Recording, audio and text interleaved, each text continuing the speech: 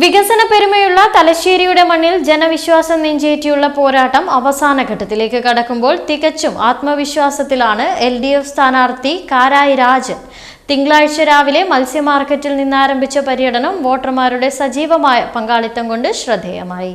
ന്യൂമാഹിയിൽ നടത്തിയ ഗൃഹസന്ദർശനങ്ങളിലും ലോഗൻസ് റോഡിലെ വ്യാപാര സ്ഥാപനങ്ങളിലും സ്ഥാനാർത്ഥിക്ക് കച്ചവടക്കാരും ജനങ്ങളും ഊഷ്മള വരവേൽപ്പാണ് നൽകിയത്.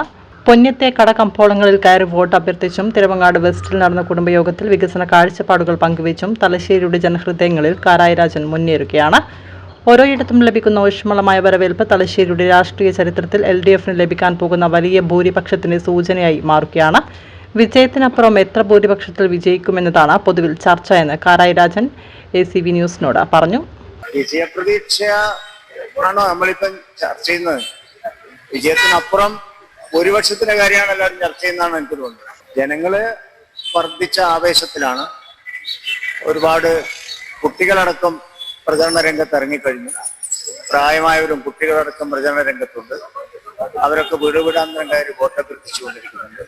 അപ്പോ വളരെ ആവേശകരമായ തെരഞ്ഞെടുപ്പ് പ്രവർത്തനമാണ് ഇതിനൊക്കെ നടന്നുകൊണ്ടിരിക്കുന്നത്. വികസനവും അതേപോലെ ക്ഷേമപ്രവർത്തനവും മതനിരപേക്ഷതയും ഈ മൂന്ന് രാഷ്ട്രീയം പറഞ്ഞുകൊണ്ടാണ് ഞങ്ങൾ വോട്ട് ചോദിക്കുന്നത്.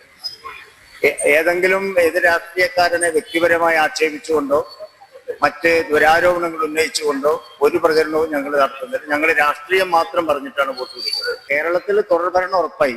തലശ്ശേരിയിലും വർദ്ധിച്ച ഭൂരിപക്ഷത്തോടു കൂടി വിജയിക്കും.